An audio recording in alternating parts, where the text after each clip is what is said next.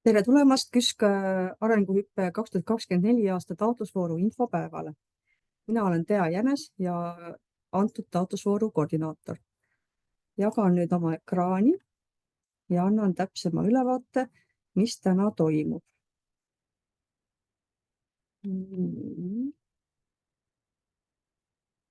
Ja täna infopäev kestab meil täna umbes 1,5 tundi ja infopäev salvestatakse, et kõik, kes on kohale tulnud, saavad sama infopäeva ka hiljem järel vaadata meil KÜSK kodulehelt ja kõik, kes täna kohale ei ole tulnud, saavad samuti infopäeva jälgida võrdsetel alustel. Täna anname teile infot taotlusvooru kohta ja tutvustame tingimusi. Lisaks on meil inspiratsioonikõneleja, arenguhüppe toetuse saaja MTÜ Gideo. Nemad said toetust arenguhüppe 2022 aasta voorust. Siis lühiülevaade Kultuuriministeeriumi taotluste menetlemise infosüsteemi kasutamisest, kuidas sinna sisse logida, milline see välja näeb, kuna see on nüüd 2 aastat KÜSK-is uuendus ja anname siiski ka selleks väikese tähelepanu hetke täna. Seejärel pikem plokk on taotlusvormi täitmisest, mida juhendab Kadri Pau, sihtasutus Tartu Ärinõuandla. Ja lõpuks on veel ka infominutid kodanike võrdõiguslikes õiguste väärtuste programmi taotlusvoorus hetkel avatud taotlusvoorudest. Et selline on tänane päevakava ja kestame umbes 1,5 tundi. Ja lisaks on meil planeeritud selle aasta taotlusvoorus ka küsimuste ja vastuste infotund, mis toimub 8. märtsil 2024 ja sinna on hetkel registreerimine veel avatud ja seal infotunnis me enam infot ei anna, vaid seal me vastamegi otse taotlejate küsimustele. Kui täna on siis pigem me anname infot ja küsimusi me täna pigem ei võta. Et küsimusi saab siis hiljem esitada ka kas kirja teel või siis infotunnis. Ja üks oluline teadaanne on veel ka, ma ütlen kohe alguses ära, et selle aasta nii arenguhüppe taotlusvoorust taotlejatele kui ka arenguhüpet ettevalmistavast voorust taotlejatele on KÜSK-il plaanis ka mõjuhindamise koolitus, mis ilmselt tuleb veebruari lõpus, aga täpsema info saamiseks palun jälgige KÜSK-i kodulehte ja uudiseid. Nii, ja siis enne, kui ma lähen selle aasta vooru tingimuste tutvustamise juurde, annaksin hea meelega ka väikese lühiülevaate eelmise aasta arenguhüppe taotlusvoorust ehk siis statistikast, et oleks võib-olla kõigil natukene selgem, mis on selle taotlusvooru kontekst hetkel. Siis eelmisel aastal oli taotlustähtaeg sügisel, tavapäraselt selle aastal on esimest korda kevadel ja esitati 133 taotlust. Ja toetuse said nendest 17 vabaühendust, kes said, uudis on avalikustatud ka KÜSK kodulehel ja siin on ka selleks link. Kokku siis esitatud taotlustest 122 taotlust läks meil sisulisse hindamisse. Igat taotlust hindab 3 sõltumatut hindajat, kes annavad hinded ja siis 3 taotleja ja 3 hindaja peale iga taotlus saab 3 hinnet, millest siis arvutatakse koondhinne. Ja nendest taotlustest eelmisel aastal 86 taotlust olid üle lävendi keskmise koondhindega siis 79,45, mis on väga kõrge tase. Sellepärast tõin sellega siia välja, et kes plaanivad taotleda, et selline tase meil üldiselt on olnud, aga taotlejate arv oli eelmisel aastal rekordiliselt suur. Ja hetke tendents näitab seda, et see trend on pigem kasvav kui kahanev. Ja sel aastal saatsime välja 105 ei-otsust siis ühingutele, kelle taotlust ei rahuldatud. Ja nende seas oli tegelikult 69 taotlust, mis ületasid lävendi ehk olid väga head taotlused, aga eelarve vähese tõttu lihtsalt nad said ei-otsuse. Selline oluline info veel ka kõigile teada, et võib-olla pärast oleks pettumust vähem, sest see töö, mis tuleb selle taotluse koostamiseks teha, on tegelikult väga suur, sest tegu ei ole tavapärase taotlusvooruga, kus on tegevuskava ja eelarve ja põhjendused, vaid siin on ka väga mahukas eelnev arenguvajaduste analüüs. Aga sellest kohe täpsemalt lähemalt. KÜSK arenguhüppe taotlusvoor kannab KÜSK-i põhikirjalist eesmärki, milleks on võimestatud avalikes huvides tegutsevad vabaühendused, tugev kodanikuühiskond ja aktiivsed inimesed. Ja toetust saab küsida tegevusteks, mis tõstavad taotleja või tema sihtrühma kuuluvate vabaühenduste võimekust oma põhikirjalisi avalikest huvidest lähtuvaid eesmärke saavutada. Ja vabaühenduste võimekusena käsitleme oskusi, mis on vajalikud ja olulised vabaühenduse eesmärkide saavutamiseks, näiteks nagu strateegiline juhtimine, tulemuste mõju mõõtmine, inimeste ja tööprotsesside juhtimine, finantsplaneerimine, kommunikatsioon ja nii edasi. Ja see, millist võimekust üks ühing valib selle taotluse käigus, projekti käigus arendada, seda valib iga ühing ise vastavalt siis oma arenguvajadusele, milline on nende arenguvajadus hetkel kõige suurem, mis nende põhikirjaliks avaliks huvides eesmärk kõige paremini täidaks.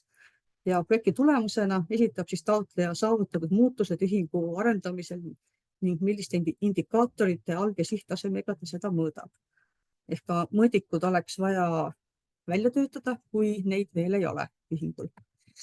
Ja taotlemise eelduseks ongi siis see arenguvajaduste analüüs, mis kirjeldab senist tegevust, tulemust ja mõjukirjeldust. Ja juhul kui ka toetust taotletakse sihtrühma kuuluvat ühingu arendamiseks, siis ootame ka nende arenguvajaduste analüüsi. Ja äriplaan tuleb lisada taotlusele sellisel juhul, kui keskendutakse omatulu teenimisele. Kui omatulu teenimisele ei keskenduta, siis ei ole äriplaani lisamine kohustuslik. Aga kui see on ka kaudselt seotud, siis muidugi võib selle lisada. Ja KÜSK-i arenguhüppevooru ja arenguhüpet ettevalmistama vooru üheks eripäraks on see, et nõutud on välise arengueksperdi kaasamine. Väline arenguekspert tähendab seda, et ta ei tohi olla ühingu liige, juhatuse liige, ehk ta oleks siis väljast poolt, omaks välist pilku ja kompetentsi ja nõustaks siis ühingut vastavalt valitud teemal. Ja see, kes arengueksperdiks valitakse, on ühingu enda otsustada. Tavapäraselt see valitakse kas juba ka varasemalt mingi hea koostööprojekti põhjal või siis tuttavate soovituste näol või guugeldades, ja kes ei leia enda sobivat arengueksperti või ei tea täpselt, kuidas või kes see võiks olla või soovib tutvuda meie nimekirjaga KÜSK lehel, siis on abistav nimekiri ka KÜSK lehelt leitav. Et alati võib valida ka nende hulgast ja neil on juba ka kõigil kogemus meie projektide arengueksperdiks olemisel. Ja siis on millised nõuded on ühingutele. Et hetkel ei tohiks kindlasti olla käimas ühtegi arenguhüppeprojekti, et kes on siis varem toetust saanud, siis neil peavad olema projektid juba lõpetatud ja lõpparuanded ka heaks kiidetud. Ühing tegutseb kindlasti avalikes huvides ja on tegutsenud vähemalt 1 aasta. Ja tema tegevus on avalik, ehk temal on olemas koduleht, Facebooki väljund ja seal on kindlasti siis ka lihtsalt leitav ühingu põhikiri ja viide eetilise tegevuste kinnitusele. Need on tehnilised nõuded, mida me vaatame tehnilise hindamise käigus. Ja taotleja ei või olla, siin on pikk nimekiri 10 punkti, et juhin tähelepanu tingimuste punktile 4.5, et kindlasti ka see nimekiri üle vaadata, et pärast ei selguks, et suur töö on tehtud ja tegelikult selgub, et ühing tegelikult ei kvalifitseerugi taotlejaks. Et siin on nimekiri olemas 10 punkti. Ja selle aasta vooru eelarve on 415 026,07 eurot ja see jaguneb taaskord 8 alammeetmeks ehk siis piirkondlike ühingute vahel ja üleriigiliste või rahvusvaheliselt tegutsevate ühingute vahel suhteliselt võrdselt.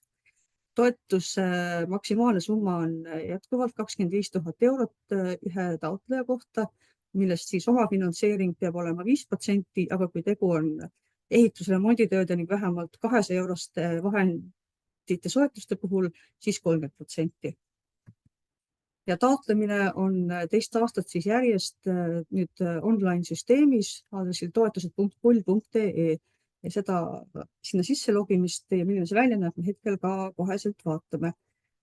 Ja lisaks on meil ühe uuendusena sel aastal ka, õigemini see on tegelikult vana asi, aga eelmisel aastal seda korraks ei olnud, et taotlusega koos tuleb lisada ka volikiri, siis nendel ühingutel, kes omavad kas ühist esindusõigust, et neid taotlusi esitab juhatuse liige, kellel on jagatud esindusõigus või siis projektijuht, kellele on antud süsteemis õigused taotlust koostada, taotlust esitada, aga ta ei ole juhatuse liige. Et siis sellisel juhul tuleks kindlasti taotlusele lisada ka enne vooru tähtaega digitaalselt allkirjastatud volikiri, sest meil ei ole võimalik seal süsteemis näha, millised volitused on antud isikule antud. Seal saab anda piiratud volitusi ja ka laiendatud volitusi, et seda otsustab juhatuse liige, kes volitusi annab. Siis millised volitused on antud, see tuleb siis täpselt välja kirjutada, dokument allkirjastada ja panna taotlusega kaasa. Et oleks näha, et taotlus on esitatud siis seaduslikult. Ja siis lisaks sellele muudatusele on selle aasta muudatus veel ka see, et hetkel on nii, et eelarvet me Excelis enam ei oota, et eelarvemoodulid on hetkel TMS staatusvormi juurde koostamisel, et nad on tegelikult valmis, aga nad on veel testimises, et neid saada paremaks ja seega me hetkel neid eelarvemooduleid täna ka ei näita, aga avamise ajaks 15. veebruar eeldatavalt on kõik korras. Kui ei ole, eks me siis anname teada. Siis taotlus tuleb koostada eesti keeles. Iga ühing saab esitada ühe taotluse. Ei saa mitut, isegi kui on kogemata esitatud ühe ühingu poolt mitu taotlust mingil põhjusel, siis me arvestame ainult ühte nendest esimesena saabunud taotlust. Ja et ühingu veebilehel oleks avalikustatud ka põhikiri siiski, sest kuigi need kõik põhikirjad on tänapäeval avalikult kättesaadavad rikke e-süsteemist, siis paljud inimesed ei oska neid sealt otsida ja et see täidab paremini avalikkuse nõuet. Tähtaeg sel aastal on 15. märts ja taotluseid saab sisestada siis kuu aega varem ja abikõlbulikkuse periood on 1. juunist sellel aastal kuni 31. detsembrini 2025 ja juhin tähelepanu, et projekt peab kestma vähemalt 12 kuud. Et sealhulgas siis nii projekti periood kui ka projekti tegevuskava, et kui taotlus on kirjutatud vähemale ajale, siis see ei läbi ka tehnilise hindamise kriteeriumeid. Lisainfot saab KÜSK-i kodulehelt, eelkõige KÜSK.ee AH24, mis on selle taotlusvooru alamleht ja sinna on lisatud ka selline väike abistav tööleht, kes soovib hakata taotlust varem koostama, siis taotlusvormi küsimused ja nõuded on seal indikatiivselt kirjas, see ei ole identne sellele, mis on TMS-is, ehk siis palun ka mitte seda võtta koopiana, et kui te hakkate pärast taotlust sisestama TMS-süsteemis, siis seal võib, ja kindlasti ongi erinevus, et see on abimaterjal, kes soovib varem alustada, selle abimaterjali pealt me ka täna tutvustame seda taotlusvormi. Ja siis ka meil on Facebooki leht ja kindlasti soovitan oma taotlusega külastada maakondlike arenduskeskuste konsultante, kelle kontaktid on ka MTÜ abilehed leitavad.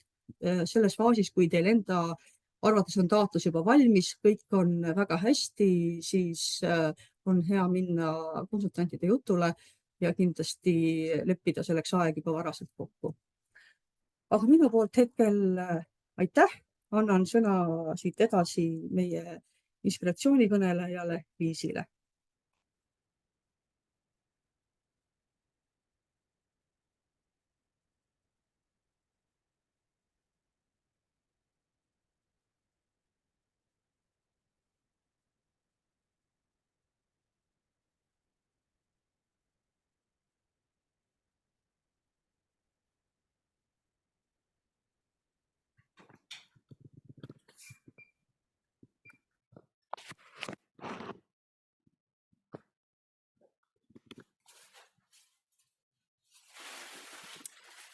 Tere!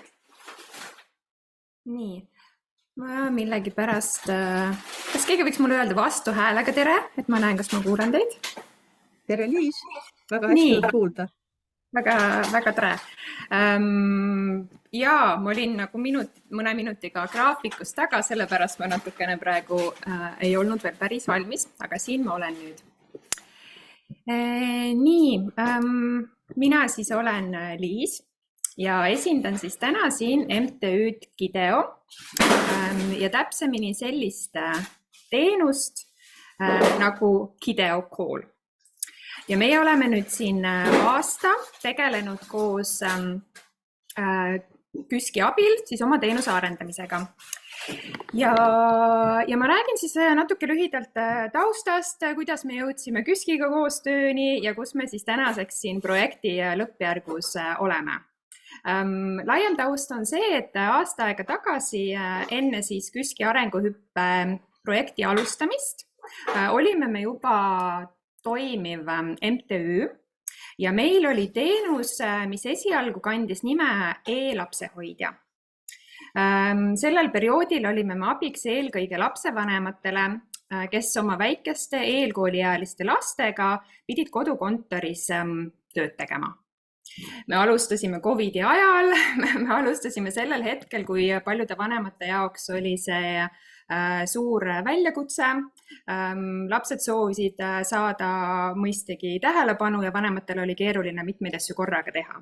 Ja selleks, et pakkuda siis sellist sotsiaalsemat ja interaktiivsemat lahendust muule passiivsele ekraaniajale, lõime me sellise e-lapsehoidja teenuse, mis siis nägi välja viisil, et lapsehoidja sai lapsega kokku läbi videokõne ja nad tegid siis erinevaid liikumismänge, laulumänge, meisterdamisi ja muid tegevusi. Ehk siis see võimaldas lapsele sellist üks-ühele tähelepanu, võimaldas tal liikumist ja arendavat tegevust käele ja peale ja andis siis ka vanemale sellise vajaliku tunnikese aega keskendumiseks ja muremõtete, vähemalt siis nagu teadmisega, et lapsel on kõik hästi ja lapsel on silm peal ja lapsel on huvitav tegevus. Nii, kui me aga nüüd jõudsime siia KÜSK-i projekti kirjutamiseni, siis me olime sellises kohas, et meieni olid jõudnud päris paljud välismaal elavad Eesti juurtega pered.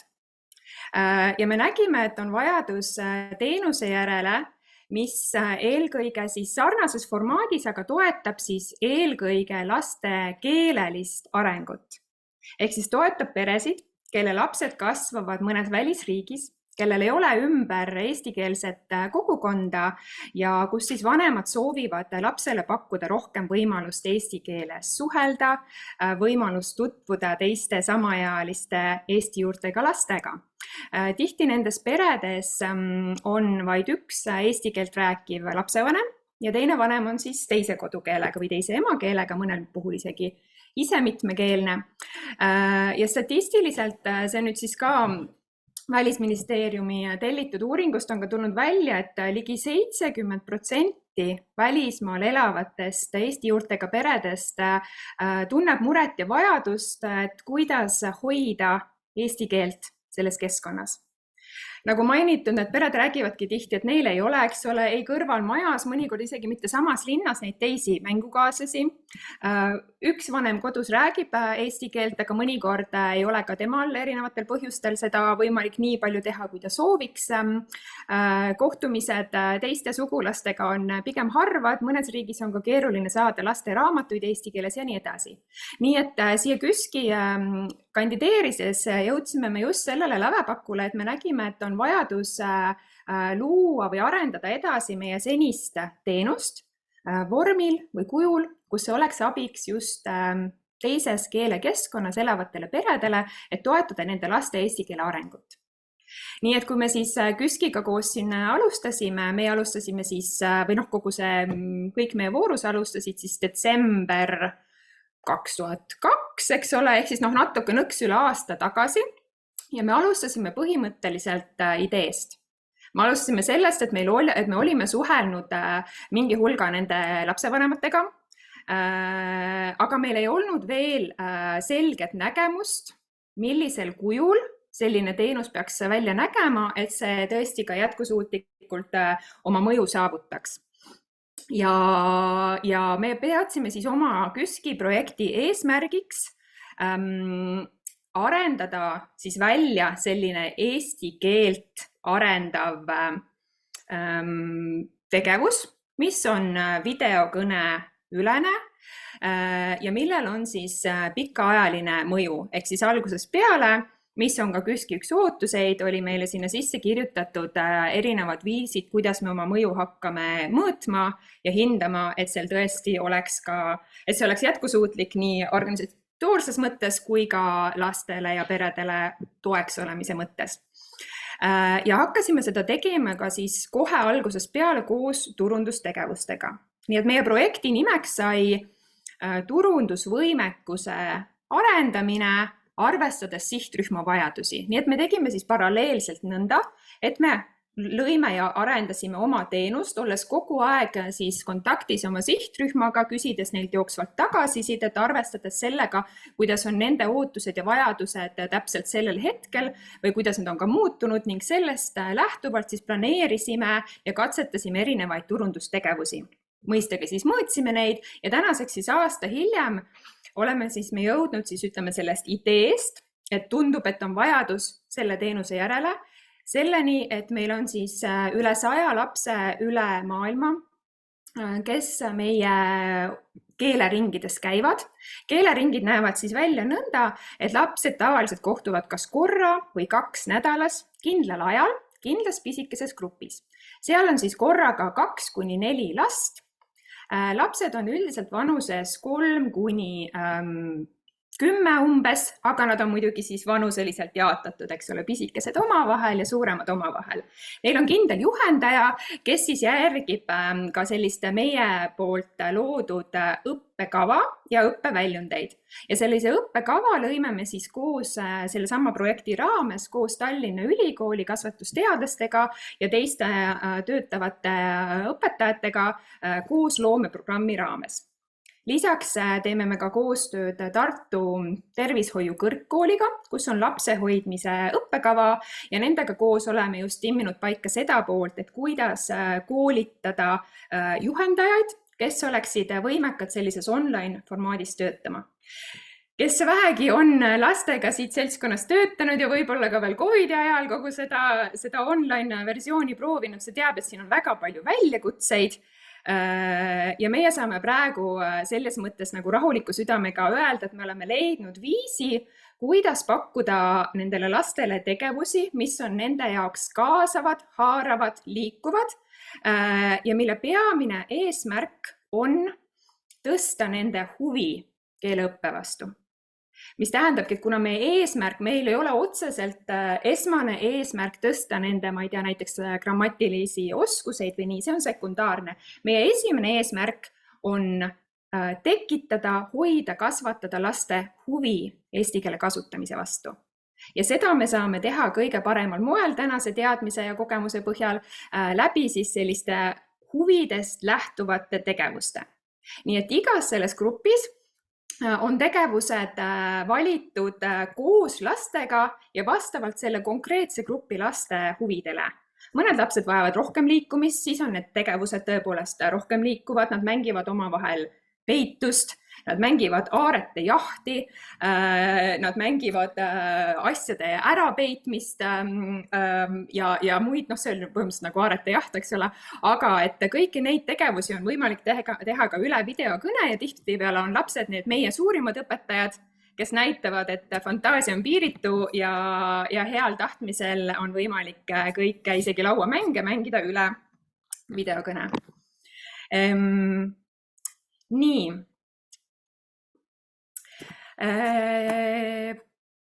Korraks väike mõttepaus, vaatan korraks mis ma teile veel tahtsin rääkida. Ma tulen siis korraks veel selle tulemuste poole juurde, et ma loodan, et praegu tekkis natukene vähemalt üldpilt, mida me teeme, ehk siis see, et videokõnes lapsed saavad kokku, nende eesmärk on veeta huvitavalt aega. See on see põhjus, miks lapsed on väga altid tagasi tulema.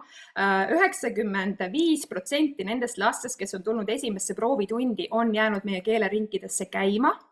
Nad ütlevad vanematele enne tundi tulekut juba, eks ole, et millal jälle on see videokooli kõne ja nii edasi, kuna see vastab nende selles mõttes vajadustele ja nende ootustele ja neil on võimalik kaasa rääkida ja juhendaja ülesanne on siis põhimõtteliselt nende mängude raames järgida siis neid suuremaid eesmärke. Sest ütleme, eks ole, et ma ei tea, peituse mäng, suurepärane viis õppida ja korrata mööbliesemeid, õppida eessõnu, rääkida vormidest, eks ole, et diivani taga või laua all ja kõik muud nagu viisid, ehk siis juhendaja leiab selles konkreetse mängu ja tegevuse raamides selle viisi, kuidas just vajaminevat sõnavara või sotsiaalseid oskusi kinnistada või edasi arendada. Ja nüüd siis projekti lõpuks, nagu ma ütlesin, et üle 100 lapse on siis nendesse tegevustesse juba kaasatud ja me näeme, et see huvi muudkui kasvab. Ja turunduse tegevuse poole pealt oleme siis jõudnud sinna, et nüüd projekti lõpuks meil on siis katsetatud väga palju erinevaid turunduskanaleid. Alati me mõõdame neid tulemusi, et mis on paremini töötanud, mis vähem töötanud. Meie eesmärk on olnud siis ka, eks ole, välja selgitada, et kus siis täpselt asub see meie sihtrühma, kes sellist tuge vajab ja millised on need toetavad sõnumid, mida nad soovivad meilt kuulda selleks, et meie teenust tulla proovima. Kui siin on jällegi näiteks eelkooliealiste lapsevanemaid, siis ma usun, et nii mõned on esialgu skeptilised meie teenuse vastu, nii nagu oleme meie olnud ise seda teenust luues samamoodi lapsevanematena, et siin on mitmeid selliseid barjääre, mis puudutavadki, eks ole, usku sellest, et kas üle videokõne on see võimalik, küsimus selle kohta, et kas tõepoolest 3-aastane sel lapsel on seda püsivust, kas see sobib ikkagi minu lapsele. Need on täiesti harilikud ja mõistetavad küsimused, mis vanematel tekivad ja tänaseks hetkeks me oleme siis jõudnud ka teatud sõnumiteni, mis aitab vanematel neid hirme maha võtta, mis võimaldab neil proovima tulla ja seejärel, nagu öeldud, me näeme, et enamik neist, tõesti nagu 95% jätkab ka teenuse kasutamist. Nii et siis lisaks turundusplaanile, mis me oleme valmis saanud projekti lõpuks, on meil siis ka ära testitud nii-öelda turunduslehter või funnel, ehk siis see viis, kuidas me samm-sammult oma sihtrühma kõnetame, millistesse tegevustesse me neid kaasame, milline info aitab neil mitte ainult meie teenuseni jõuda, vaid ka laiemalt oma kodudes eesti keele kasutamist innustada. Me oleme loonud sellise esialgse blogiversiooni, kus me eesmärk on ka toetada näiteks ideedega, et milliseid mänge kodus teha või kuidas ka muuta näiteks videokõned lapse ja vanavanemate vahel sisukamaks, kuna jällegi pisikestega need videokõned vanavanematega või sugulastega võivad olla ka päris keerulised väljakutsed, teinekord eriti kui lapse keeletase ei ole väga kõrge. Ja siis oleme ka projekti lõpuks tõesti jõudnud ka mõju mõõtmise metoodikani koos siis mõjueksperdiga, mis siis tähendab seda, et me oleme pannud paika mõõdikud, kuidas me mõõdame mõju, mis on siis keele arengule, mõju, mis on siis huvi kasvamisele, mõju, mis on ka sotsiaalsete oskuste kasvamisele. Ja peamine viis, peamiselt siis 2 formaati, kuidas me seda teeme, on siis nii nagu küsitluse vorm kui ka intervjuud, nii et me teeme siis regulaarselt selliseid arenguvestluse / kasutaja uuringu tüüpi intervjuid, kus me siis esiteks anname lapsevanemale tagasisidet tema lapse senise arengute ja väljakutsete osas, mis puudutab eesti keele arengut just, ja ühtlasi siis saame ka vanematelt sellist väga üks-ühele tagasisidet, et milliseid muutusi on nemad näinud lapse juures, et kuidas lapsele hetkel meeldib, millest võib-olla lapsevanem puudust tunneb ja nii edasi, et see on siis see kõige väärtuslikum info, mis aitab meil oma teenust edasi arendada ja siis mõistagi omakorda ka turundustegevusi edasi viia. Nii, ma arvan, et ma teeks nüüd hetkeks pausi ja Tea saab siis kas juurde küsida või kõik teised ka ja Tea saab mind eriti aidata sellega, kui võib-olla mõni koht oli arusaamatu või midagi võiks nagu juurde täpsustada, sest olles ise asja sees, siis võib tihtipeale juhtuda see, eks ole, et mõni asi on enda jaoks nii selge, et unustad mõne tähtsa asja teistele rääkimata. Aitäh, Liis, nii sisuka ja entusiastliku ülevaate eest nii teie ühingust kui projektist. Ma võib-olla täpsustaksin ühte aspekti veel, et kuna meil arenguõppe projektis on see arengueksperdi nõue, siis kas oleksid nõus jagama oma kogemust, kuidas teie leidsite oma arengueksperdi sellesse arenguõppeprojekti ja kuidas see koostöö arengueksperdiga aitas kaasa teie projekti tulemuslikkusele? Ja arengueksperdi roll on keskne kogu projektis arusaadavatel põhjustel. Meil oli selline võib-olla mitte nii tavapärane viis oma arengueksperdiga. Taust oli see, et me kutsusime projekti kaasa arengueksperdi, kes oli siis meil turundusekspert, kellega me olime juba varasemalt koos töötanud.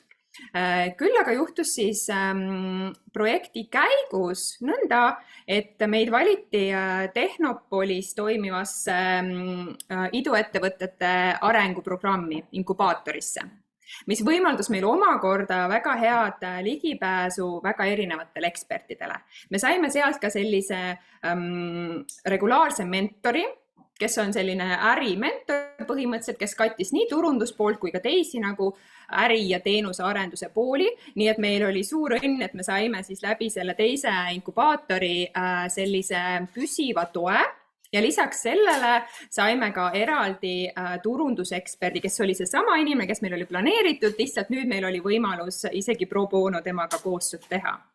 Ma sooviks võib-olla jällegi, et siin on kindlasti inimesed väga erineva kogemusega ja ka erinevate tutvusringkondadega, et kui see kellelegi abiks on, siis ma sooviks valjult välja öelda, et neid eksperte on Eestis väga palju ja on väga palju inimesi, kes on valmis toetama teie projekte ja teie eesmärke.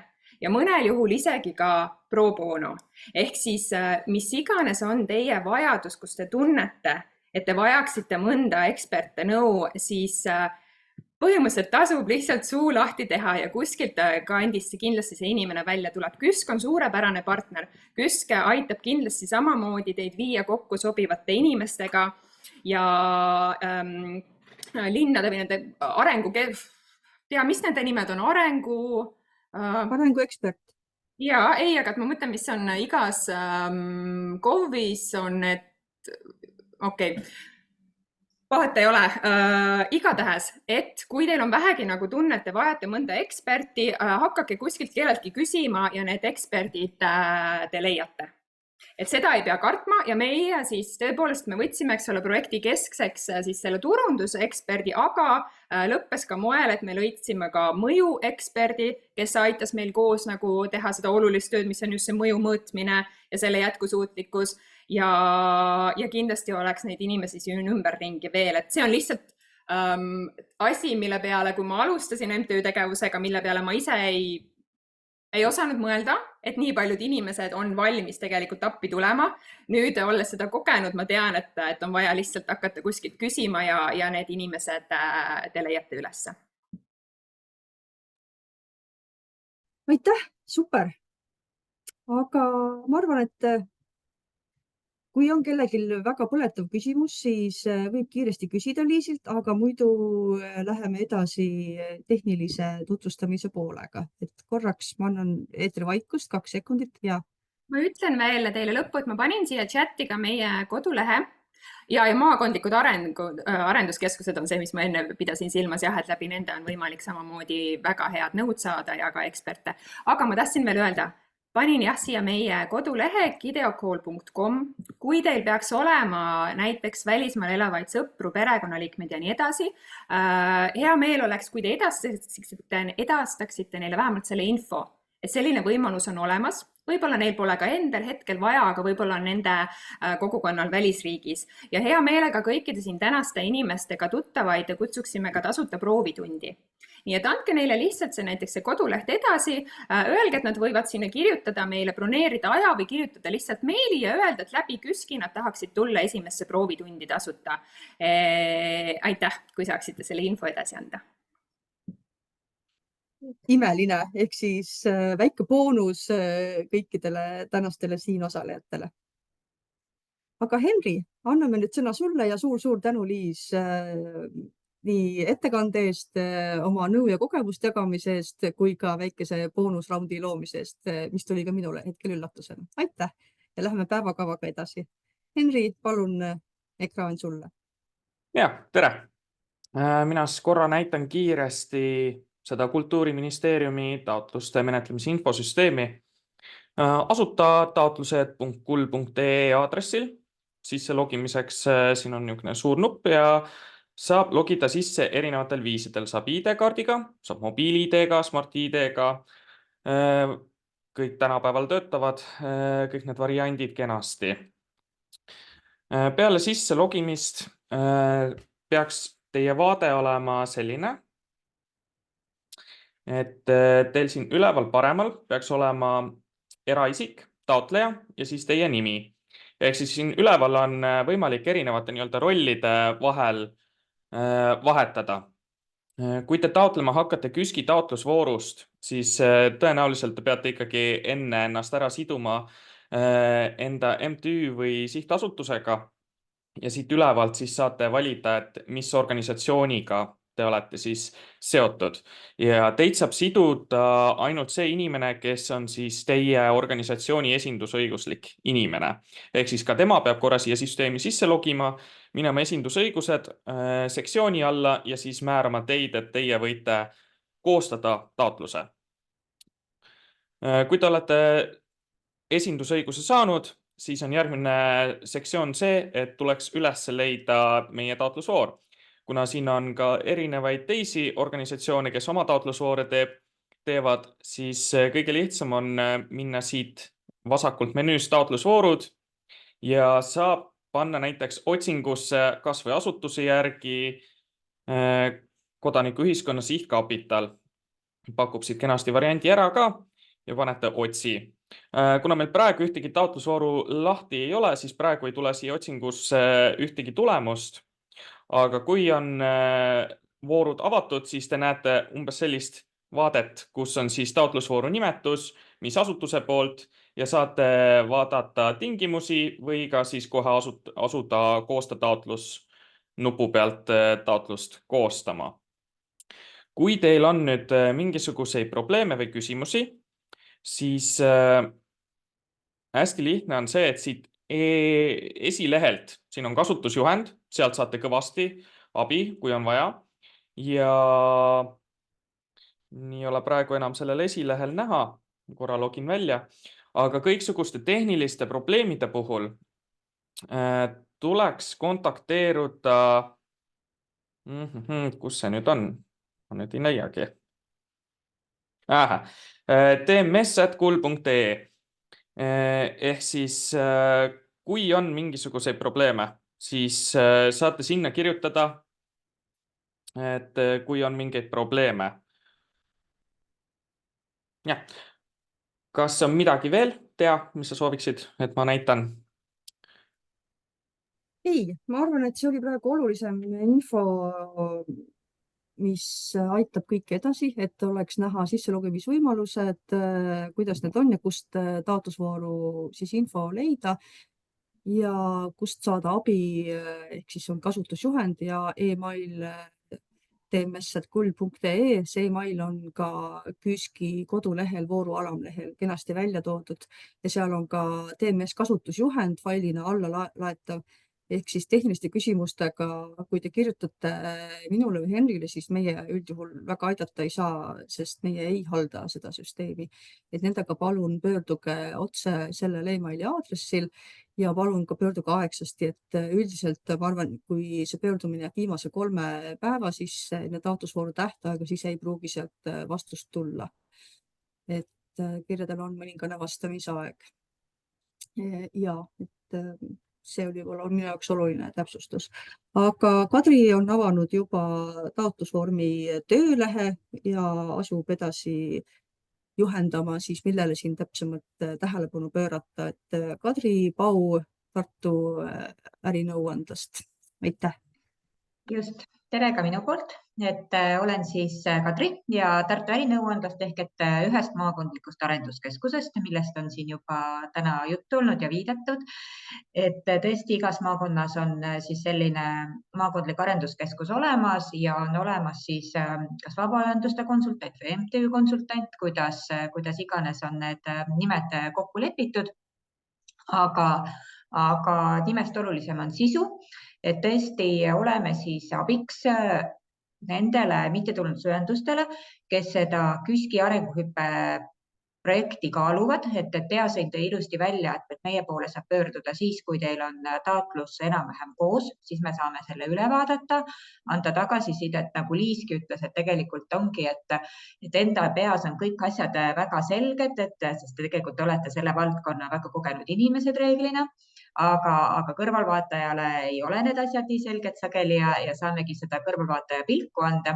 Ja teine võimalus, kus me saame ka veel appi tulla, on see, et kui teil on ka see ideefaas alles ja tahate tulla arutama, et kas ja mis, et kas seda taotlust teha, kas võtta ette või mitte, et sageli ma võin öelda, et me oleme vahel ka jõudnud selleni, kui vaadata, et mis on organisatsiooni hetkeolukord või mõtted, et võib-olla oodata hoopis seda arenguhüppe ettevalmistavat taotlusvooru või mingeid muid lahendusi, et selles mõttes võib meie poole pöörduda nii sellise algse küsimusega kui ka juba valmis taotlusvormiga, aga tõesti, nagu ka Tea ütles, et kui sinna TMS-i ka, kui tekivad need tehnilised probleemid, et siis seal 3 päeva enne esitamist on kõigil kiire, et ka meie palve on see, et võimalikult varakult ikkagi meiega juba ühendust võtta, anda lihtsalt infogi, et olete oma taotlusega kirjutamise faasis ja soovite mingil hetkel tagasisidet, et saab ajaegsasti kokku leppida, et viimasel või eelviimasel päeval sageli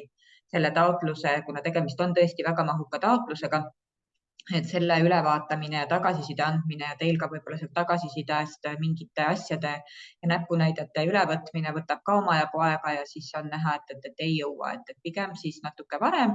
Ja kuna tegelikult juba praegu saab hakata projekti planeerima, siis saab ilusti enne 15. märtsi asjad valmis ja kõik sujuvalt tehtud. Ja mina siis tõesti räägin sellest, kuidas kui nüüd mõelda, et 15. veebruar see TMS-i keskkond avaneb, et seda taotlust esitada, siis sinna on ju tegelikult paar nädalat aega, paar sellist väärtuslikku nädalat, kus saab tegelikult juba ideid hakata mõtlema ja kuna see eeltöö antud taotluse esitamiseks on ka päris mahukas, et siis saab juba hakata vaatama ja sealt Tea viitas ilusti, et KÜSK-i kodulehel on antud taotlusvooru materjalid üleval ja see tööleht on ka sealt leitav. Ja see on siis see, millega kaudu te saate tegelikult hakata läbi juba mõtlema seda taotlust, et see TMS tegelikult on ju siis keskkond, kuhu te sisestate sellise oma projekti info, aga praegu see ettevalmistus on kõik selline, mida saab selle töölehe abil teha. Ja et see keskkond seal kõigile väga üllatusena ei tuleks, siis alguses ongi siin ka Tea küll ütles, et see ei ole üks ühele, aga siiski suhteliselt sarnane, et kõigepealt nagu ikka tahetakse ju teada saada seda, et kes on see taotleja, kontaktid, registrikoodid, et need tulevad sealt küll automaatselt juba, aga selles mõttes, et see on siis see info, mis on vaja sinna panna. Siis eetiliste põhimõtete kinnitus. Et see on selline asi, mis osadel organisatsioonidel on sõltuvalt võib-olla sellest valdkonnas, mis nad tegelevad, kui nad on näiteks sotsiaalvaldkonnas, need haldavad igapäevaselt, tegelevad sellise tundliku infoga, siis nad on sellised organisatsiooni eetilised põhimõtted eraldi kokku leppinud, kes ei ole selle peale varasemalt mõelnud, siis väga sageli kasutatakse meil Vabaühenduste Liidu poolt välja töötatud või eestvedamisel välja töötatud sellist materjali, et Vabaühenduste eetilise põhimõtete kokkulepe ja selle leiab siis lehelt heakodanik.ee, et aga kindlasti see siis üle vaadata, et kas see on teile sobiv ja siis ka tuleb see enda kodulehele üles panna, lisaks sellele põhikirjale, mis siis ka Tea viitas. Ma näen, et chatis tulevad küsimused, et ma teeks niimoodi, et ma räägin selle üldise osa ära ja siis vastab chati küsimustele järjest.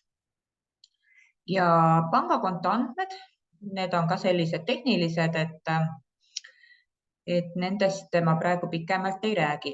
Aga nüüd jõuame selles osas natukene selle projekti sisse juba, et vajalik on siis projektile ka nimi panna, nagu ikka heale lapsele selline hea nimi ja sageli siia jäädakse ka kinni, et see on nüüd hästi oluline. Mina pigem ütlen, et jätta see võib-olla siin viimasesse minutisse, see projekti nimi ja kindlasti, kui mõelda selle peale, et kui Tea tõi ka välja, et projekti hindavad 3 hindamiseksperti ja tekib selline pingerivi, siis see projekti nimi ei ole kindlasti see, mille järgi nagu hinnatakse, et projekti nimele hindepunkte ei panda, et siia mitte väga siis muretsema jääda.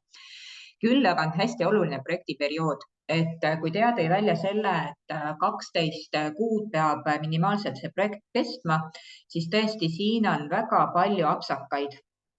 Et ma hiljem, kui ma siit edasi liigun, siis ma näitan ka seda tegevuskava osa, kus tuleb projekti tegevused ajaliselt välja tuua, siis on selliseid juhtumisi omajagu, kus projektiperiood ja see tegevuskava periood absoluutselt ei kattu.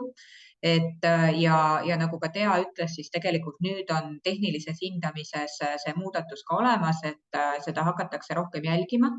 Et tõesti see projektiperiood peab olema sisuline see periood, millal organisatsioon seda projekti ellu viib, see peab olema minimaalselt 12 kuud ja kui te teete mingi muu, et ei võta seda maksimaalselt, mis on see 1. juuni kuni 31.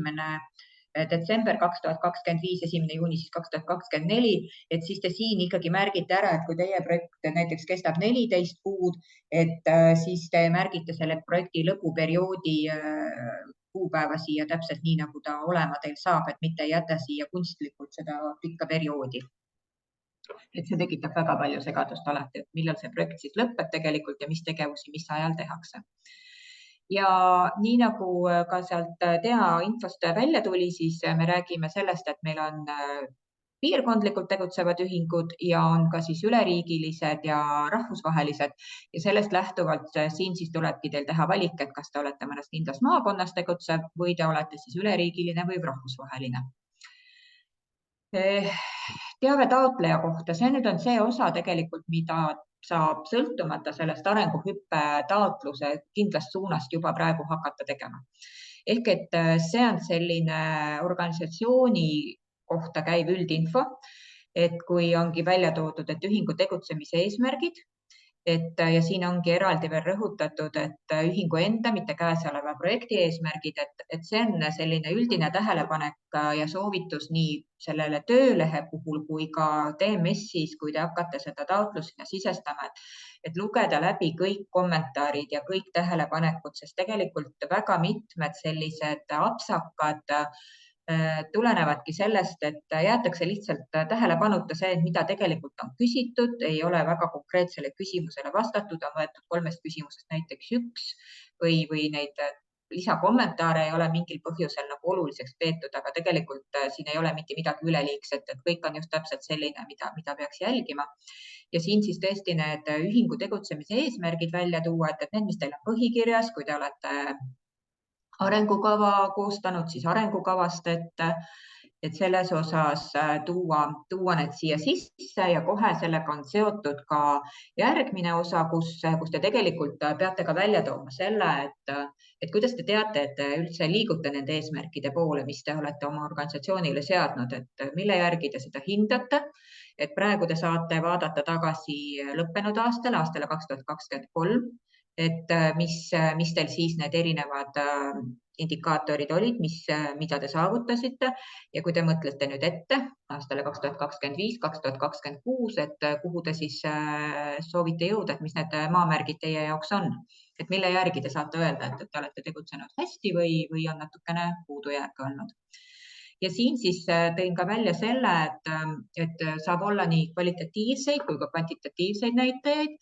Ja kui siia numbreid panna, siis kindlasti ei saa öelda, et suurem number on parem kui väiksem number, et pigem on oluline, et ta oleks hästi seostatud selle konkreetse ühingu enda eesmärkidega ja realistlik, et selline ulmeline number, mis tekitab küsimusi, kas see päriselt nii on palju halvem kui ka üldse täitmata jätmine.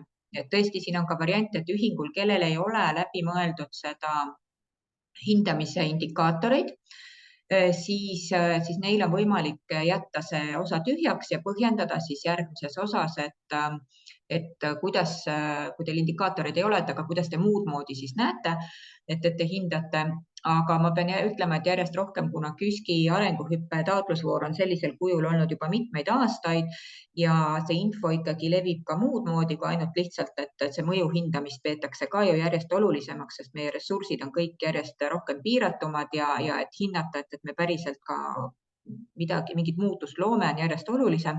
Et siis on väga vähe juba neid ühinguid või taotlusi konkreetselt siia KÜSK-i tulnud, kus oleks näha, et ei ole neid indikaatoreid eesmärgi saavutamise osas välja töötatud, aga kui veel on need puudu, siis saab siin sujuvamalt rääkida, et kuidas te nagu muidu näete siis, et te edasi liigute.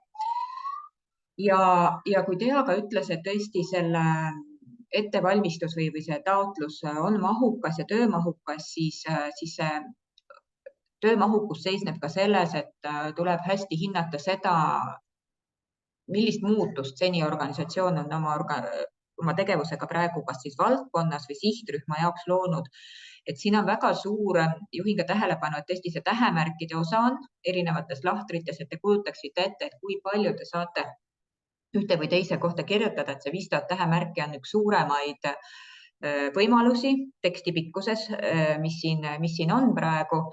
Et see on selles suhtes heaks indikaatoriks, et kindlasti te peate jälgima seda maksimaalset mahtu, et mitte üle minna, aga ka mitte väga palju, et kui te võtate, kirjutate seda sama osa 1/4 sellest lubatud mahust, siis tõenäoliselt olete te liiga lakooniliseks jäänud, et need tähemärkide arvud on siin suhteliselt optimaalsed, et projektide koordinaatorid, kes KÜSK-is nende taotlustega tegelevad, on mitmed taotlusvoorud üle vaadanud need taotlused ja selles mõttes see on hinnatud selliseks praktilise tegevuse pealt, et kui palju võiks siin infot olla, et sellest lähtuvalt on siin ka need numbrid.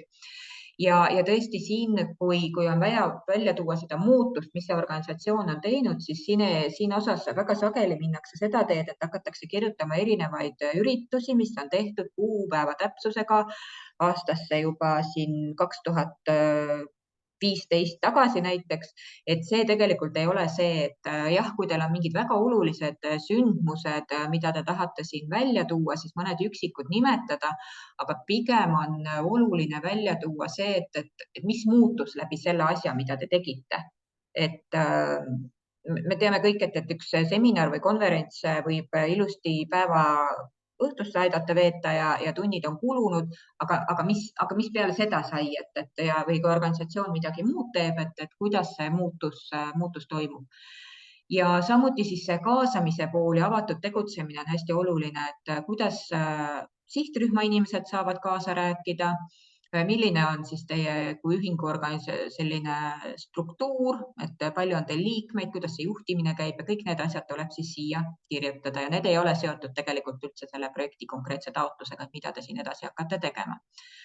Samamoodi siis need tulud, mis 2022, 2023, et jah, majandusaasta aruannet ei ole pidanud esitama selleks hetkeks, kui te esitate selle taotluse KÜSK-ile, aga siin on ikkagi need ka indikatiivsed näitajad, et ei pea olema viimane sendi kinnitus raamatupidajalt tulnud, aga suurusjärgud saate te tegelikult siia ikkagi paika panna.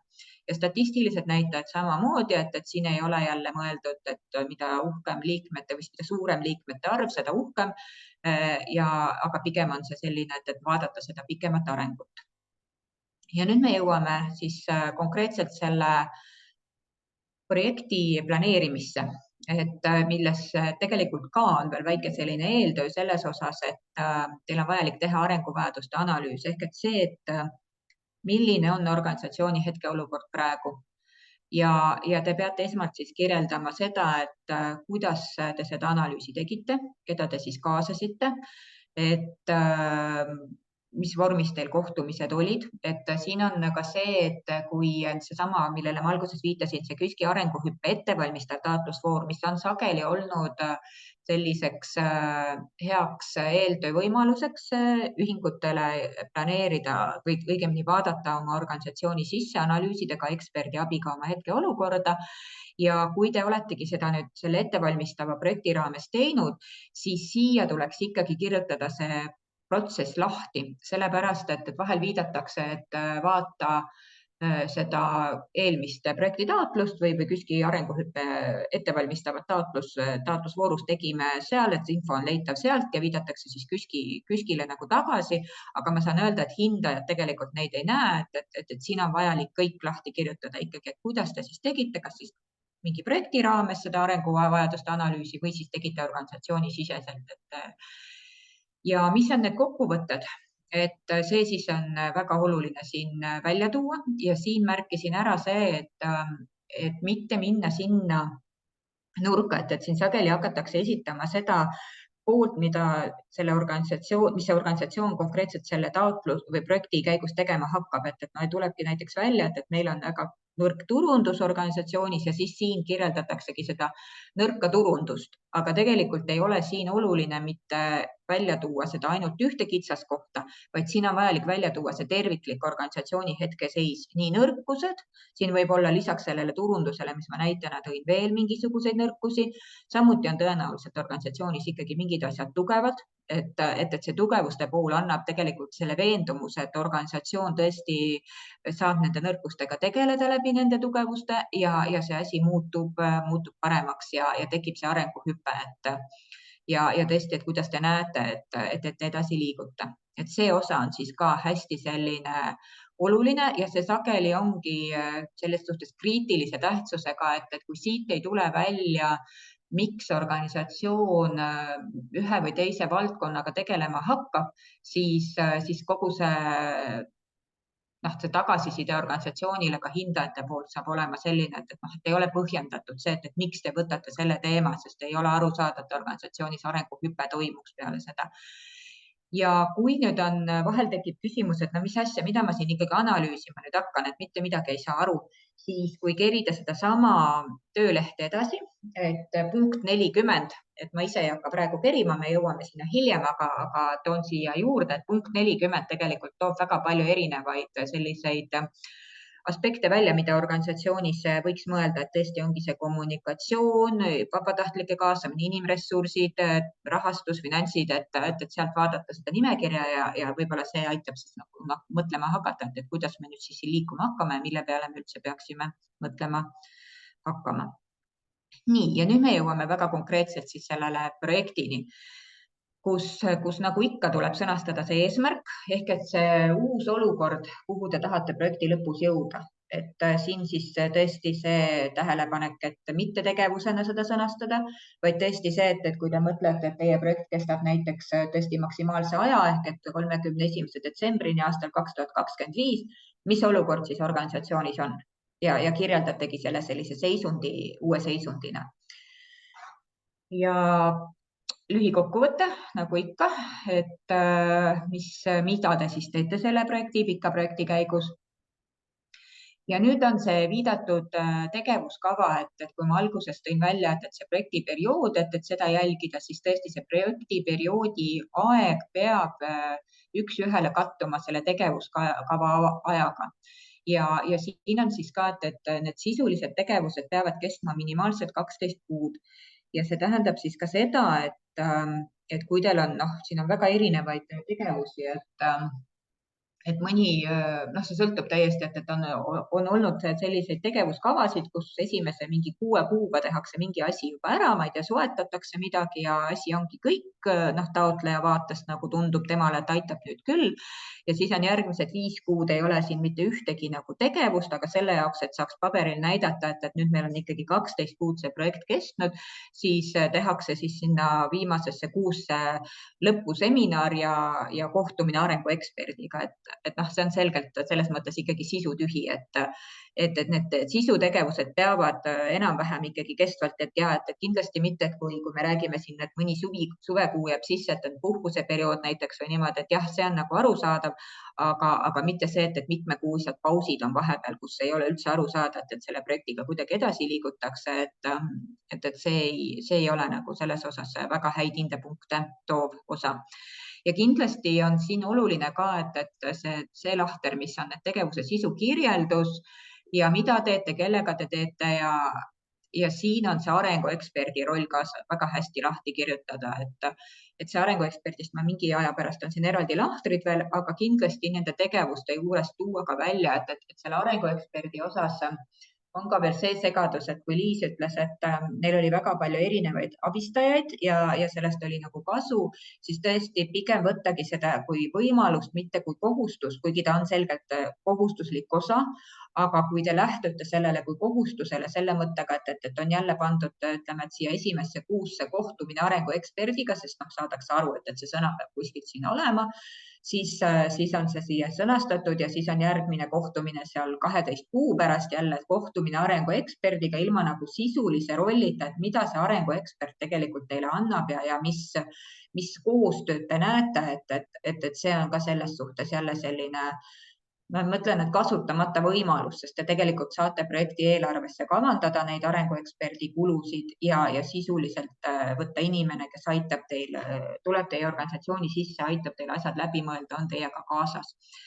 Ja need arengueksperdid ei saa olla maakondlike arenduskeskuste MTÜ konsultandid või vabaühenduste konsultandid, sellepärast, et meie tõesti saame nõustada teie taotlust, aga meie ei saa olla need arengueksperdid, kes tulevad teie organisatsiooni kogu selle projekti vältel sisse ja teiega kaasa, et me saame jälle teile, kui teil on mingid küsimused, tagasisidet anda, aga sellist sisulist tööd teeb teiega siiski arenguekspert. Ja siin siis järgmine osa teil aitab tõesti põhjendada jälle, et miks või teine või kolmas tegevus teil tegevuskavas on, kuidas ta teil aitab siis seda arenguhüpet saavutada. Ja tulemused nagu ikka, et iga projekti puhul ega nendest ei pääse, et sõnastate nii eesmärgi, tegevused kui ka tulemused. Ja siin siis tõesti eelkõige siis need, mis teie enda projekti käigus tekivad.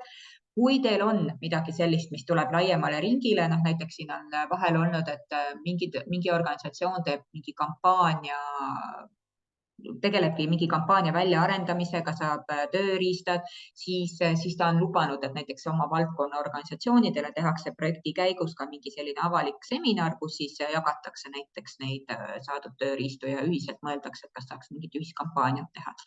Et siin on selliseid asju mõeldud, aga need tingimata ei pea olema kõik laiale ringile kasutatavad tulemused. Et eelkõige on vaja oluline jälgida, et teie eesmärk, tegevused ja tulemused teie organisatsiooni arenguhüppe vaatest oleksid kooskõlas.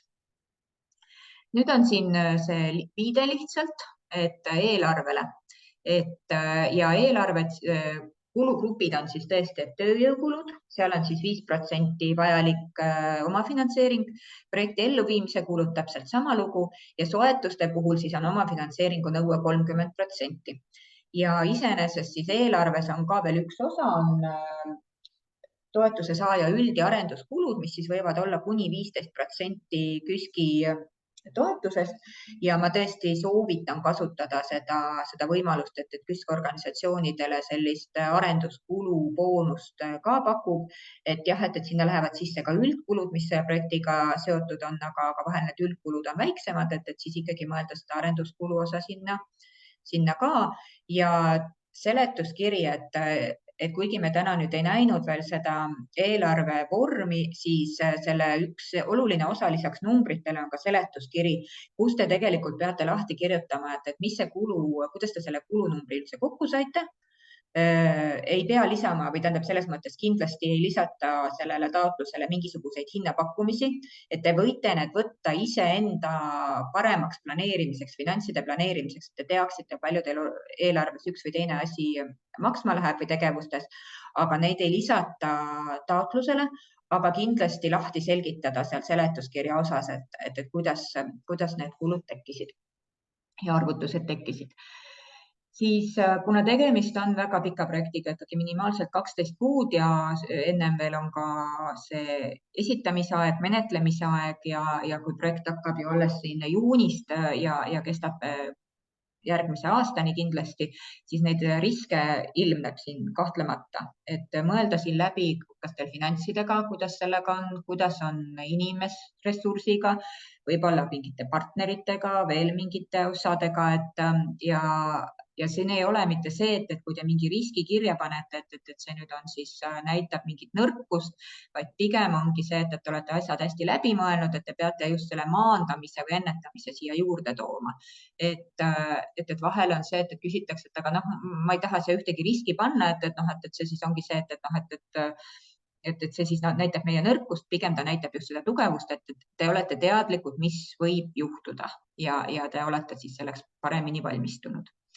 Ja jätkusuutlikkuse osa samamoodi, et väga palju on siin arenguhüppe taotlusi, kus organisatsioonid küsivad palgakulu, et see on tegelikult väga hea võimalus organisatsioonidele tõesti sellist, näiteks kui ongi kommunikatsiooniinimest vaja või turundusinimest, et turunduse puhul on veel eriti oluline reeglina, et turundatakse siis ju mingit teenust, et kui te projekti eelarvesse olete kavandanud turunduseksperti või turundusinimese tasu, et organisatsioon võtab tööle endale turundusinimese ja see palgafond saab olema projekti sisse kavandatud, siis on väga oluline jätkusuutlikkuse osas välja tuua selle, et mis siis saab, kui see projekt läbi saab.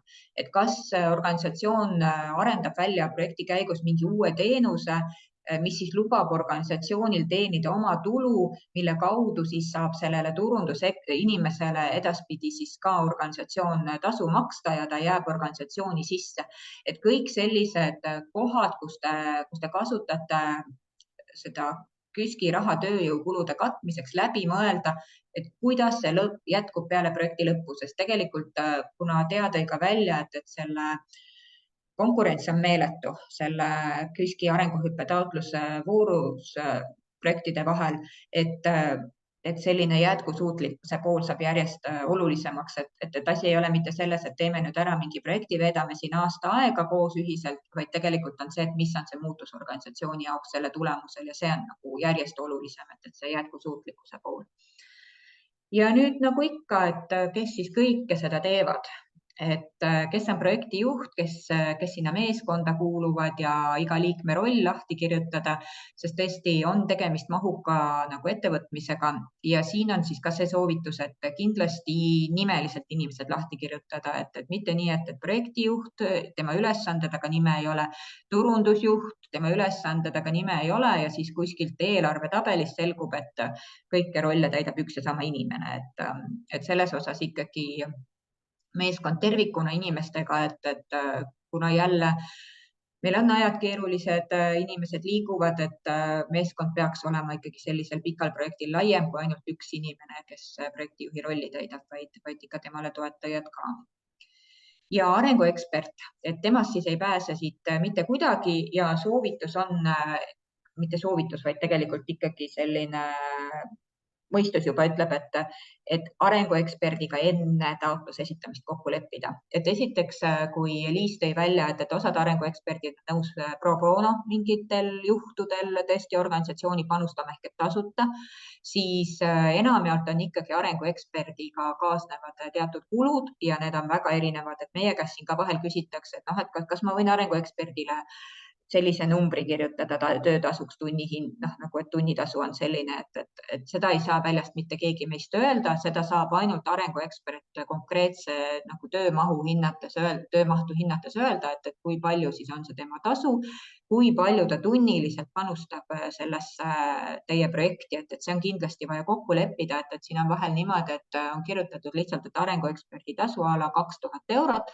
kas selle 2000 euro eest saab 10 tundi sellist arengueksperdi aega või siis ta tuleb, teeb seal korduvaid arenguseminari korduvalt suurtele gruppidele ja panustab veel kuidagi, et need kokkulepped tuleb ennem teha ja need tuleb siis tegelikult ka siin 34. punktis seal TMS-is võib see mingi muu number olla, aga ühesõnaga arengueksperdi rolli osas lahti kirjutada, et miks te tema valisite ja mida ta täpselt teeb.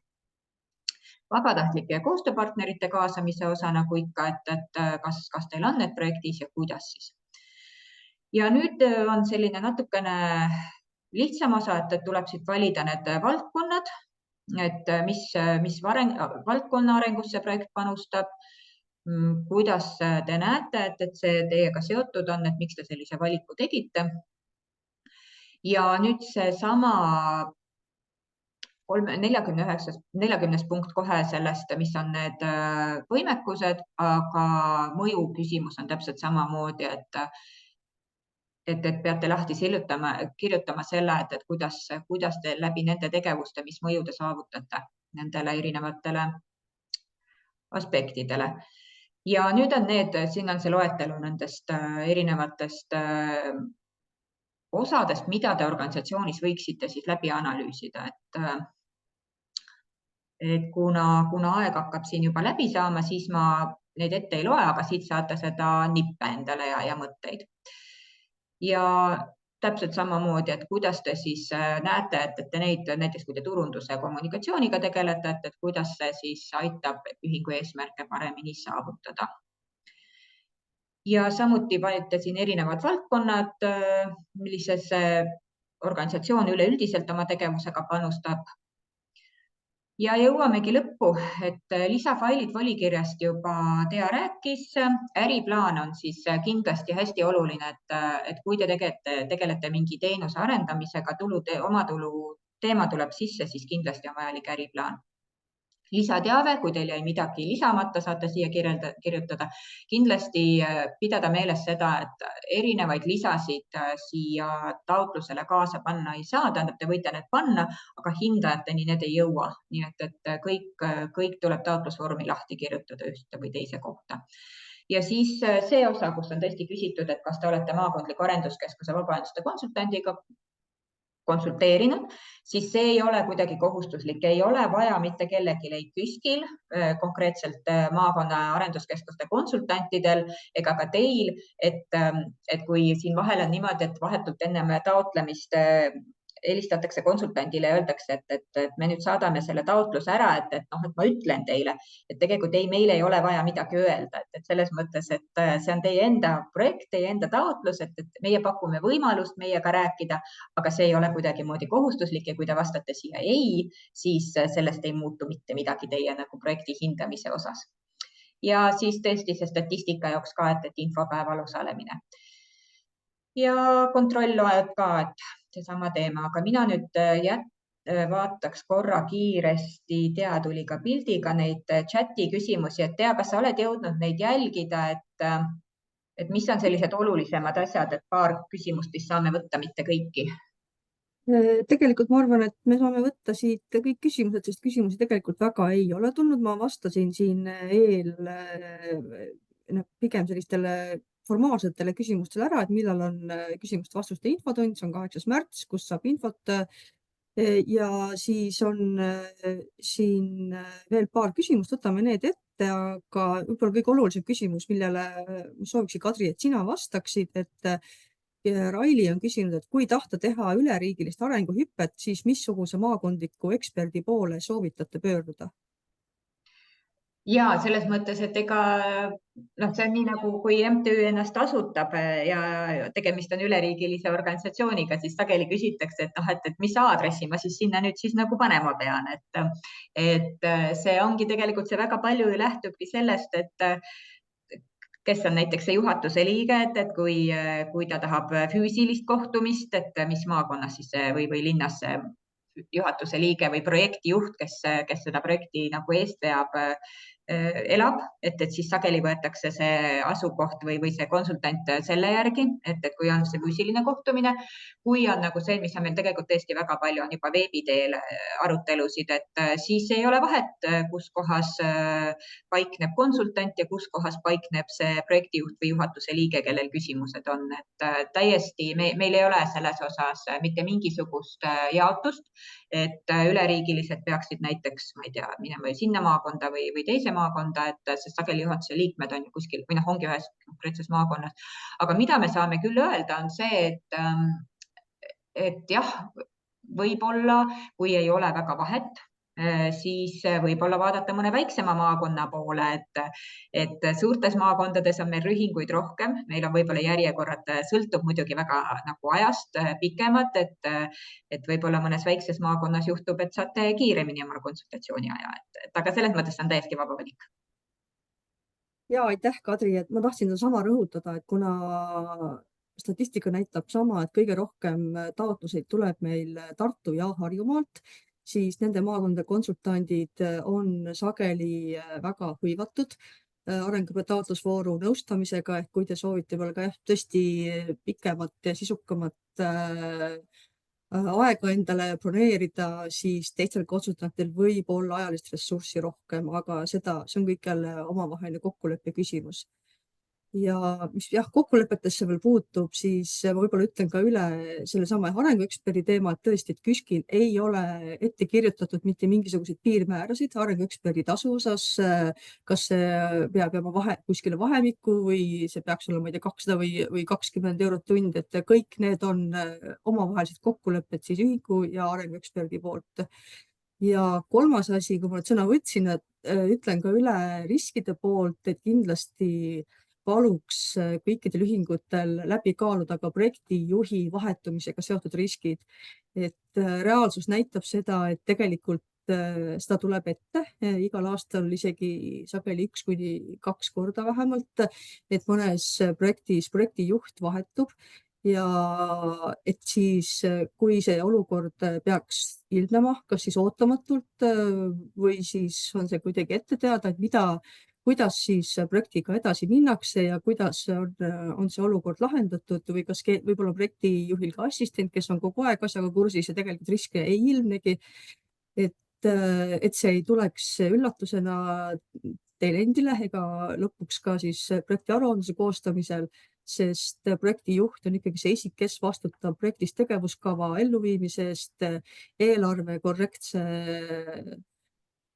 kasutamisest ja lõpuks koostab sageli ka aruannet, siis kas üksi või koos juhatuse liikmetega, sageli on need ka samas isikus. Ehk selleks, et te jõuaksite probleemide vabalt lõpuni, on projektijuhi roll ja tema võimekus hästi olulised. Ja siinkohal ka võib-olla olulise nüansina selles teemas tahaksin öelda, et see on ka tegelikult üks KÜSK-i nõues, et projektijuht oleks ühingu enda seest, ühingu enda liige ja soovitavalt kaasatud kindlasti ka projekti ettevalmistamisse ja kirjutamisfaasi, et pärast ei tekiks sellist üllatust, kui ühing on saanud toetuse, et siis projektijuht ehmatab ära, et mis ma nüüd teen ja see tekitab selliseid lünkasid mõlemale poolele. Et väiksed lisandused veel siia.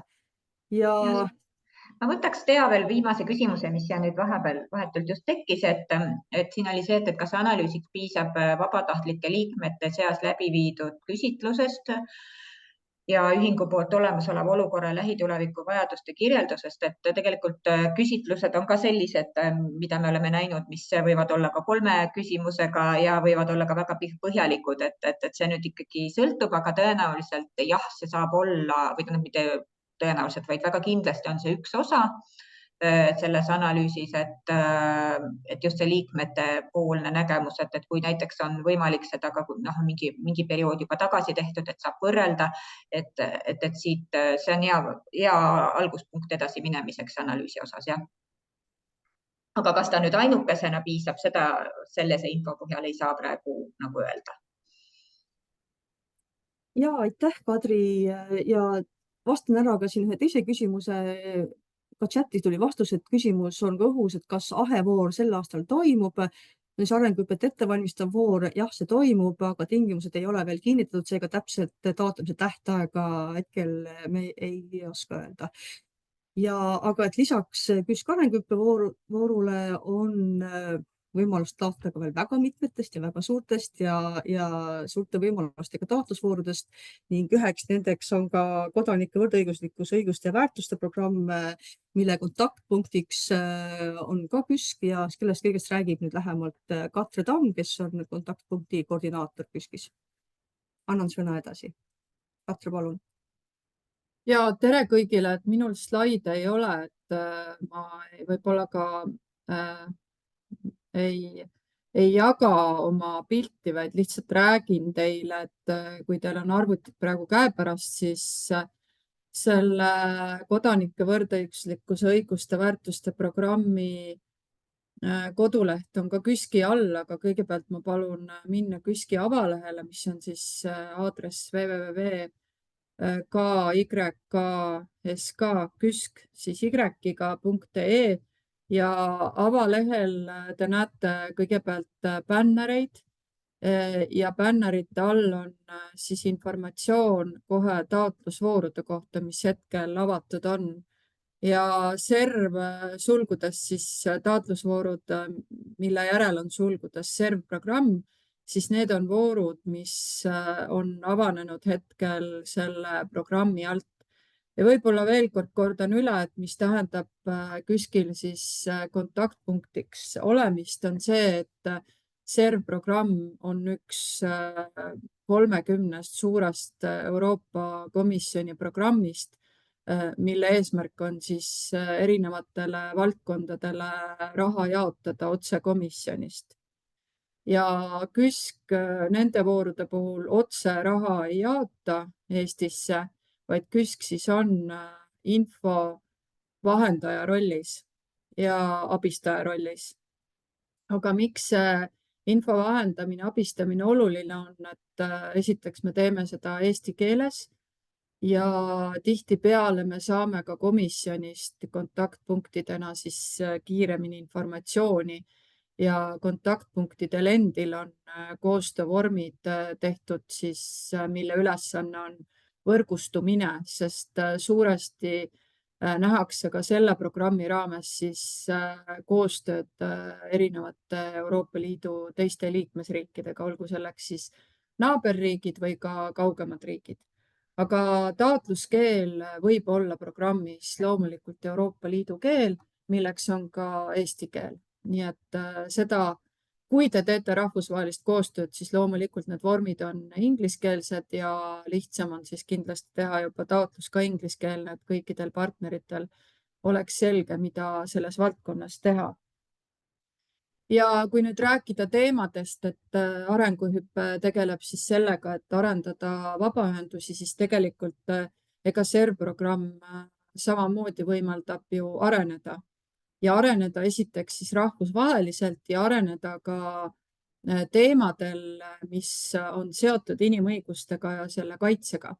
Ehk et kui mõelda siis vabaühenduse enda teemadele, kas või seesama lapsehoidmise teenus, mis oli, siis mina soovitaks lapsehoidmise teenuse projektil minna teisele tasandile, uurida SERV programmi projekti, SERV programmi taotlusvooru, mis tegeleb laste õiguste ja kaasamisega.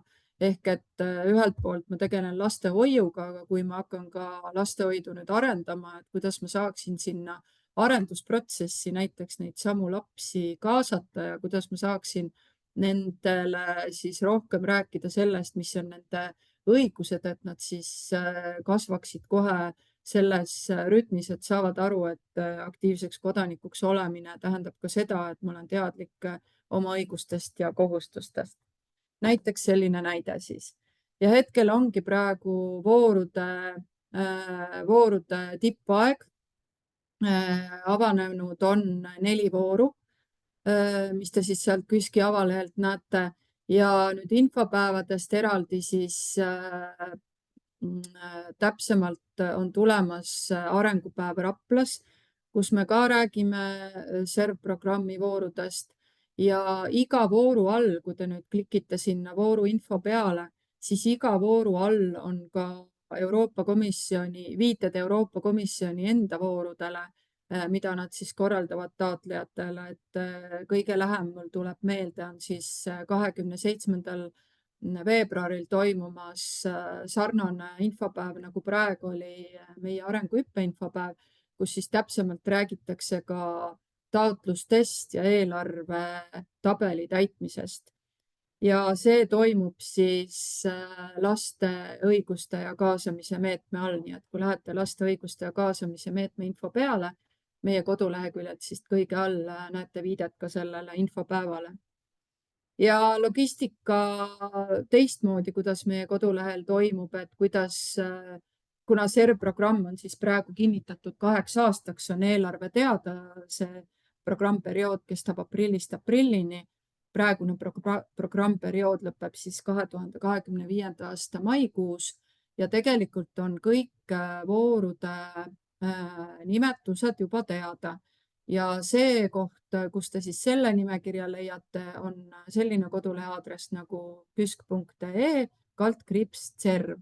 CERV on siis C-tähega, see on siis ingliskeelne akronüüm selle programmi nimest. Ja seal on siis tabel, kus näete, millised voorud on veel tulemas ja millised on juba toimunud. Et mõnda vooru mul ei ole eesti keeles tõlgitud, näiteks datavoor, mis tegeleb andmekaitsega, kus sisuliselt saabki voorus taotlejaks olla meie Eesti Andmekaitse Inspektsioon.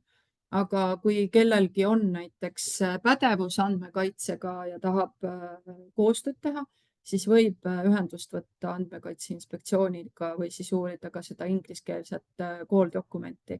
Need kooldokumendid või need taotlusvooru tingimused, nii-öelda nagu meil AHA-s on siin, on suhteliselt sarnased ja sellel samal SERV viitega lehel olen ma ka siis mõned need sellised sarnased olulised punktid ka ära tõlkinud, et üks asi on partnerotsing.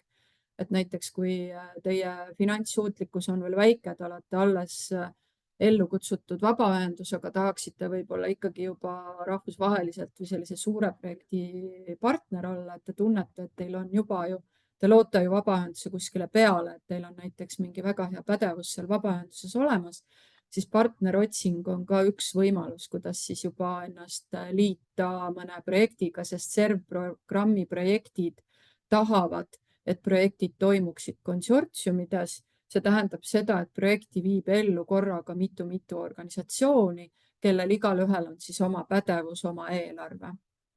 Ja seal konsortsiumis võiks olla ka rahvusvahelised organisatsioonid, aga ei pea.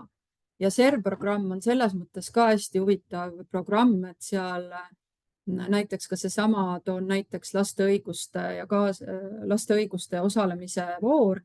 Seal saavad teha koostööd ka riigiasutused ja vabaühendused.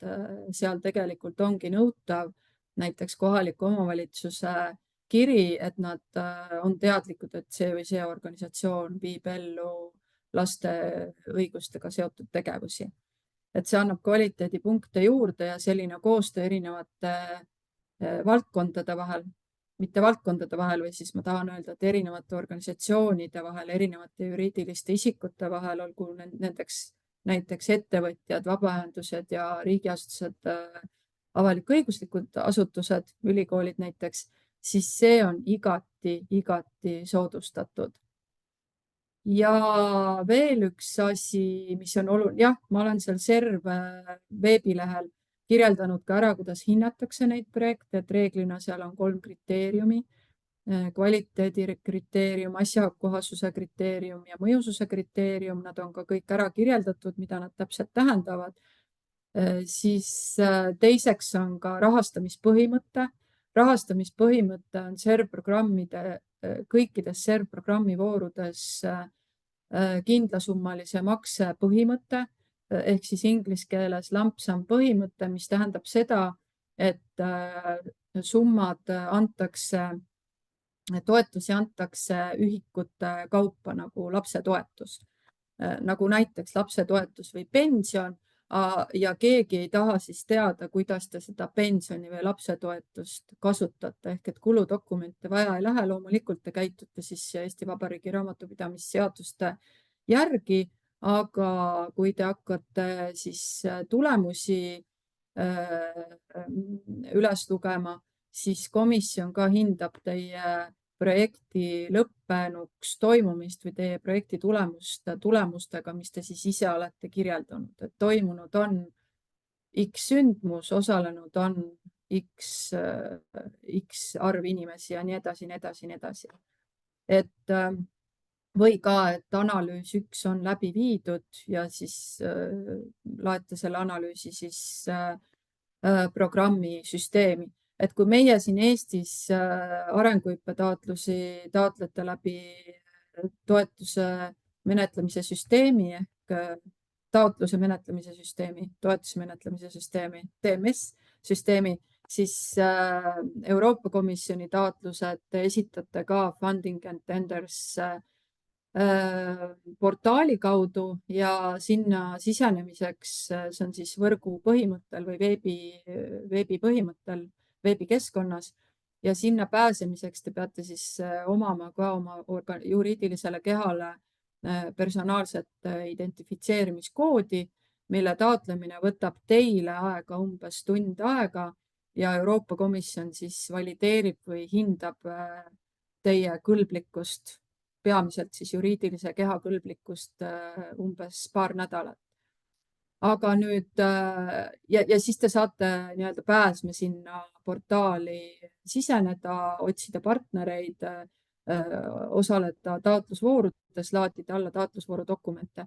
Aga see ei kohusta teid millekski, et see pikk koodi taotlemine ei kohusta teid selleks, et te peate nüüd ka projekti taotlema.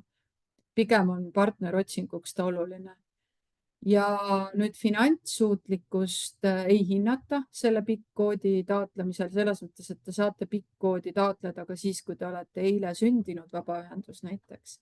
Küll aga, kui te lähete nüüd taotlema ja te näiteks saate positiivse otsuse, Euroopa Komisjon ütleb, et te olete saanud positiivse otsuse, siis ta kutsub teid sõlmima toetuse andmise lepingut ehk grant agreement'i. Ja selle perioodi jooksul see grant agreement'i sõlmimine võtab aega umbes 1,5 kuud. Siis kui selle perioodi jooksul hinnatakse teie finantssuutlikkust ja teil raamatupidamises ei ole tegevust toimunud, siis võib juhtuda see, et teid hinnatakse mittesuutlikuks. See tähendab, et reeglina tähendab see seda, et ei saa olla projekti peakoordinaator.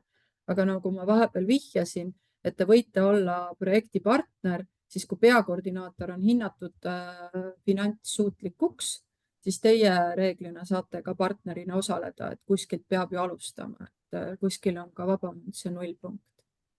Aga et me oleme ellu kutsutud selleks, et anda teile infot ja mina olen olemas, minu kontaktid on ka kodulehel olemas, nii et võtke ühendust, räägime, suhtleme, ja vabaühenduste konsultandid nagu Kadri ja teised MTÜ abilehelt saate need inimesed kätte.